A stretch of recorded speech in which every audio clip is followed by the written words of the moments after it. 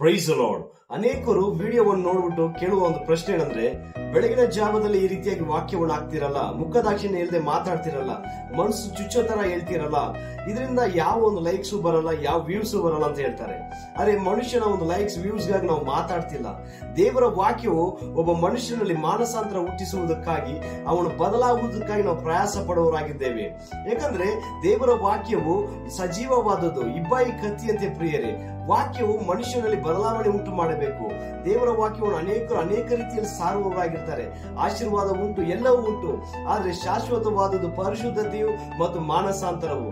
ಅದರಿಂದ ಪ್ರಯಾಸ ಪಡುವವರಾಗಿದ್ದೇವೆ. ಯಾಕಂದ್ರೆ ವಾಕ್ಯ ಬರೆಯಲ್ಪಟ್ಟಿದೆ ಇಬ್ರಿಯರಿಗೆ ಬರೆದ ಪತ್ರಿಕೆ 4ನೇ ಅಧ್ಯಾಯ 12ನೇ ವಾಕ್ಯದಲ್ಲಿ, ಯಾಕಂದ್ರೆ ದೇವರ ವಾಕ್ಯವು ಸಜೀವವಾದದ್ದು, ಕಾರ್ಯ ಸಾಧಕವಾದದ್ದು, ಯಾವ ಇಬ್ಬಾಯಿ ಕತ್ತಿಗಿಂತಲೂ ಹದವಾದದ್ದು, ಪ್ರಾಣ ಆತ್ಮಗಳನ್ನು ಕೀಳು ಮಜ್ಜೆಗಳನ್ನು ವಿಭಾಗಿಸುವಷ್ಟು ಮಟ್ಟಿಗೂ ತೂರಿ ಹೋಗುವಂತದ್ದು, ಹೃದಯದ ಆಲೋಚನೆಗಳನ್ನು ಉದ್ದೇಶಗಳನ್ನು ವಿವೇಚಿಸುವಂತದ್ದು ಆಗಿದೆ ಎಂಬುದಾಗಿ ಬರೆಯಲ್ಪಟ್ಟಿದೆ. ಹಾಗಾದ್ರೆ ಮೊದಲನೇದಾಗಿ ತಿಳಿದುಕೊಳ್ಳಿರಿ, ದೇವರ ವಾಕ್ಯವು ಯಾವುದಾಗಿದೆ, ಯಾವ ರೀತಿಯಾಗಿದೆ ಎಂಬುದಾಗಿ. ಆ ವಾಕ್ಯವು ನಿಮ್ಮಲ್ಲಿ ಕ್ರಿಯೆ ಮಾಡ್ತಿದೆ, ನಿಮ್ಗೆ ಹರ್ಟ್ ಆಗ್ತಿದೆ, ನಿಮ್ಗೆ ನೋವಾಗ್ತಿದೆ ಅಂದ್ರೆ ಯಾವುದೋ ಒಂದು ಸಮಸ್ಯೆ ಇದೆ, ಯಾವುದೋ ಒಂದು ದೇವರಿಗೆ ವಿರೋಧವಾದ ಕಾರ್ಯ ನನ್ನಲ್ಲಿದೆ ಎಂಬುದಾಗಿ ಪರಿಶೋಧಿಸಿ ಸರಿಪಡಿಸಿಕೊಳ್ಳುವವರಾಗಿರಬೇಕು. ಯಾಕಂದ್ರೆ ದೇವರ ಬರುವಿಕೆಗೆ ಮುಂಚೆ ಯಾವ ರೀತಿಯಾಗಿ ಜೀವಿಸಬೇಕೆಂಬುದಾಗಿ ಈ ಸತ್ಯವೇದವು ನಮಗೆ ತಿಳಿಸಿಕೊಡುವಂತದ್ದಾಗಿದೆ.